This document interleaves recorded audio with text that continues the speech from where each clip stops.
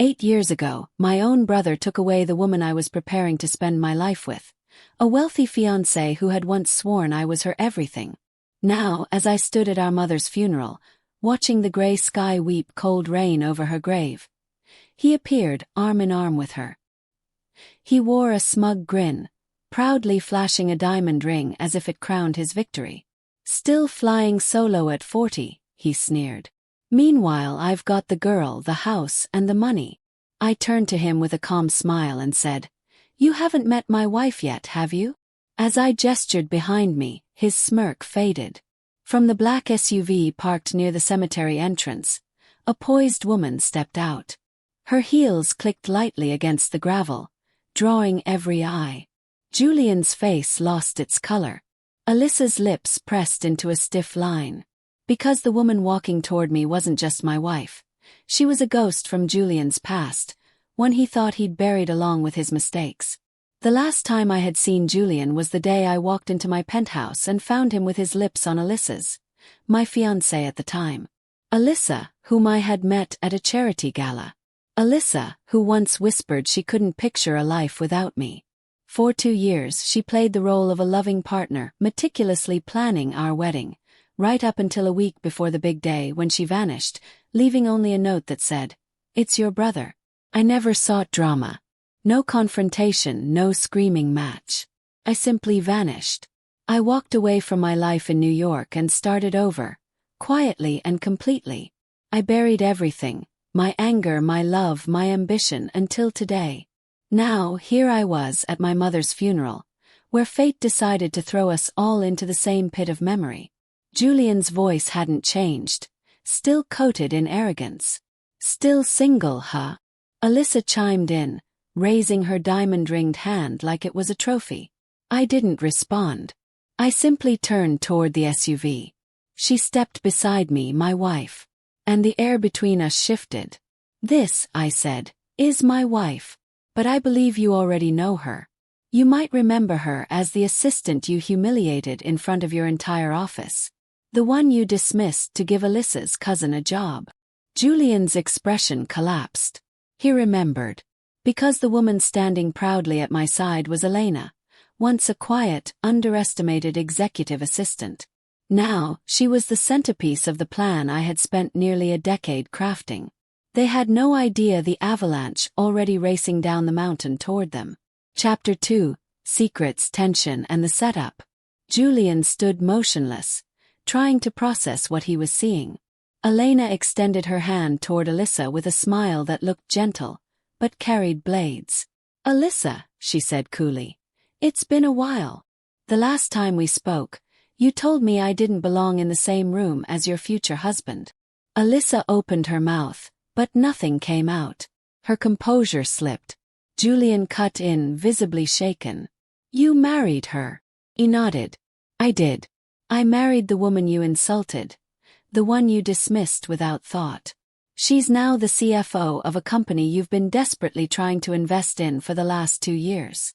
Julian's jaw locked. "No. That's impossible." Elena tilted her head slightly. "Not impossible, just poetic." They had no idea how deep the roots of our setup went. Flashback 8 years earlier. After Alyssa's betrayal, I disappeared. I relocated across the country, changed my name, started a quiet life, and poured my pain into building something real. It was in Seattle that I met Elena. Intelligent, unshakable, and passionate, she had been working in corporate finance. Underpaid, overlooked, and underestimated. I hired her as a consultant for the logistics company I was quietly building. She impressed me from the start, not just with her mind but with her resilience. What we had wasn't fast, nor born of infatuation. Our bond was forged through long nights crafting budgets, negotiating with partners, and finishing each other's thoughts. It wasn't some flashy romance based on lust or status. It was a partnership grounded in purpose. While Julian and Alyssa played house with stolen wealth and borrowed love, Elena and I built an empire together. Today we were the silent owners of one of the biggest privately held logistics companies in America. And that company, it was now finalizing a quiet acquisition of Julian's newest startup. He didn't know it yet. Back to the funeral. The hush fell over the mourners once more. My aunt leaned in with a whisper. "You've changed." I offered a half smile. "I just stopped playing checkers." Julian shifted uncomfortably. "So, this is revenge?" "No," I replied with steady calm. "This is justice. And we haven't even unwrapped the real surprise yet." Alyssa blinked. "What are you talking about?" I glanced at my watch. "You both might want to check your emails before the reception. Remember that NDA you signed years ago? The one you thought disappeared? It's about to be very public." Elena rested a hand on my arm. "Ready?" He nodded. "Let's leave them to deal with the fallout." As we walked away, I could hear Julian scrambling to pull out his phone. I didn't have to look back. I already knew the storm had begun. Chapter 3. The storm arrives. As we stepped into our car, the coldness of the morning gave way to something far more satisfying. Vindication. We didn't speak. We didn't need to. Back at the hotel, I opened my laptop while Elena poured a glass of wine. It wasn't for celebration. It was ceremonial. The moment we had been preparing for was here. I logged into the secure server. Operation Comeuppance. Ready for launch. With one keystroke, I triggered a release of 2 carefully curated documents. The first was a timeline exposing Julian's financial misdeeds, laundering investor funds through fake shell companies, using the money to buy luxury properties, including the mansion he bragged about just hours earlier. The second, a recording captured from his own office's smartboard system, a conversation between him and Alyssa, where they casually discussed insider information about a biotech merger she had access to through her former employer. Both files were sent directly to major media outlets and regulatory agencies. It was already too late for them. And the best part, this was only the beginning. The evidence was airtight, all of it obtained legally. The NDAs they had once smugly signed, back when they manipulated Elena's access to skew reports and siphon company resources, were now their downfall. Julian never realized what Elena truly was. Not just clever but calculatingly patient. And I had become the scalpel she wielded with precision.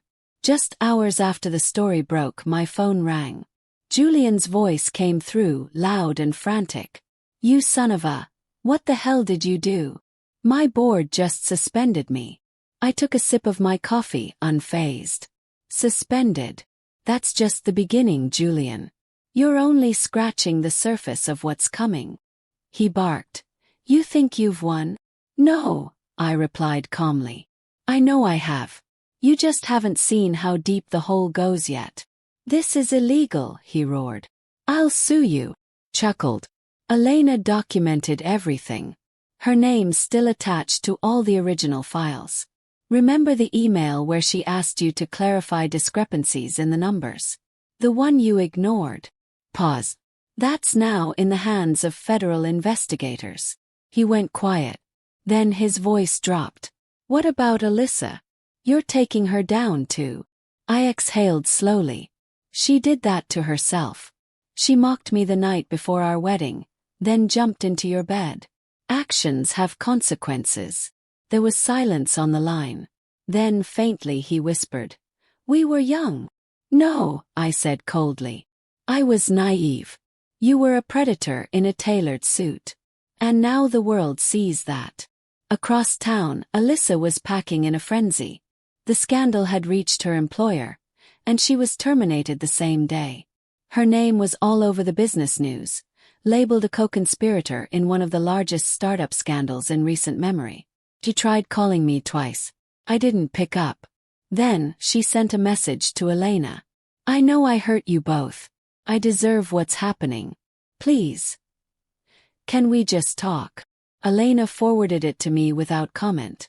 I replied with a single word, "No." That night we sat on our living room couch watching the evening news. Julian's mugshot filled the screen. Breaking. Tech entrepreneur Julian Reese arrested following SEC investigation into insider trading and financial misconduct. More updates to come. Elena raised her glass. To poetic justice. I tapped mine gently against hers. To finally letting go. Chapter 5. The Final Toast. 2 weeks later, Julian's downfall was the biggest headline across every financial media outlet. He had become the cautionary tale of the decade. Tech prodigy implodes in scandal. CEO to sell block. The fall of Julian Reese. From power couple to prison. Alyssa's career was over. Her employment history was shredded. The luxurious home they flaunted. Frozen under court orders. The massive ring she loved to wave around.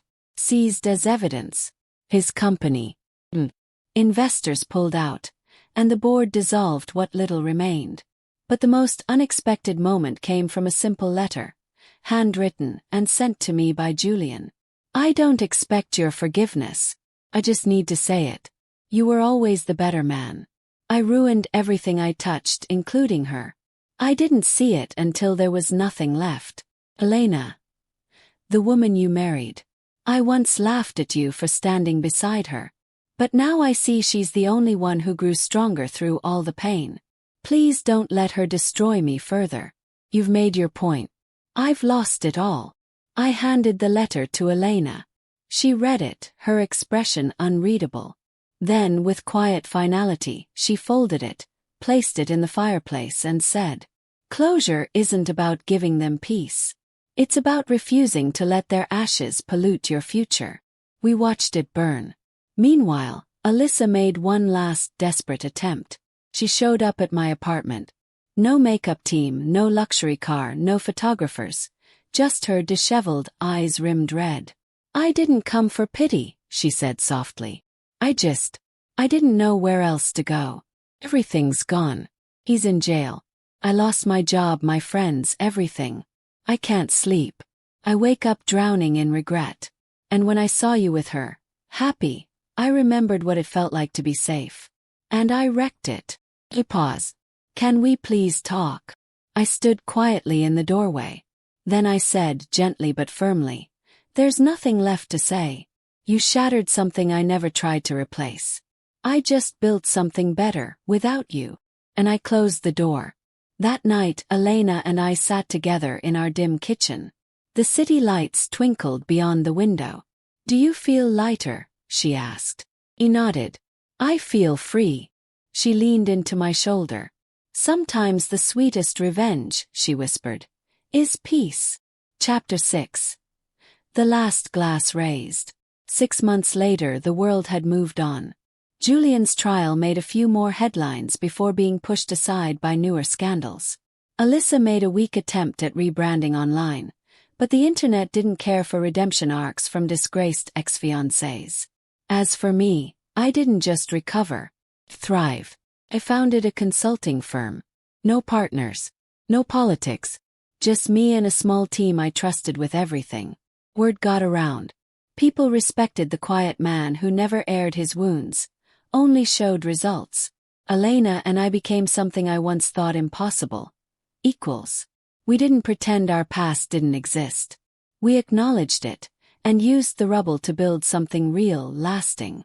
On the night of my 40th birthday there was no party, no flashy event. Just a glass of whiskey, a kiss on the cheek, and Elena's gentle voice. "Come outside."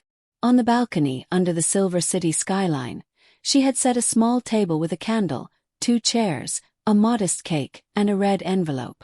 Inside the envelope was a photograph of me from 12 years ago, standing alone in a tuxedo I never wore to the altar. Hollow eyes. Broken heart. On the back, Elena had written, "You were never broken. You were just being carved into the man you were meant to become. Happy birthday." I felt my eyes fill. But I didn't cry. I raised my glass to the sky. "To betrayal," I whispered with a smile. "Because sometimes it's the only path to freedom." Epilogue. A few months later, I heard Julian had taken a plea deal. He'd serve time, then vanish into irrelevance. Alyssa. Word had it she was working retail under an alias in another state. No luxury, no limelight. Just faded memories of power she once thought was hers. Me. I didn't need vengeance anymore. Because the most powerful revenge isn't destruction. It's peace. It's building a life so whole and grounded that their names feel like dust on the wind. Was it revenge? Maybe. Or maybe it was justice, carefully measured and patiently served. But one thing is certain. Every betrayal leaves a shadow. And eventually, every shadow meets the light.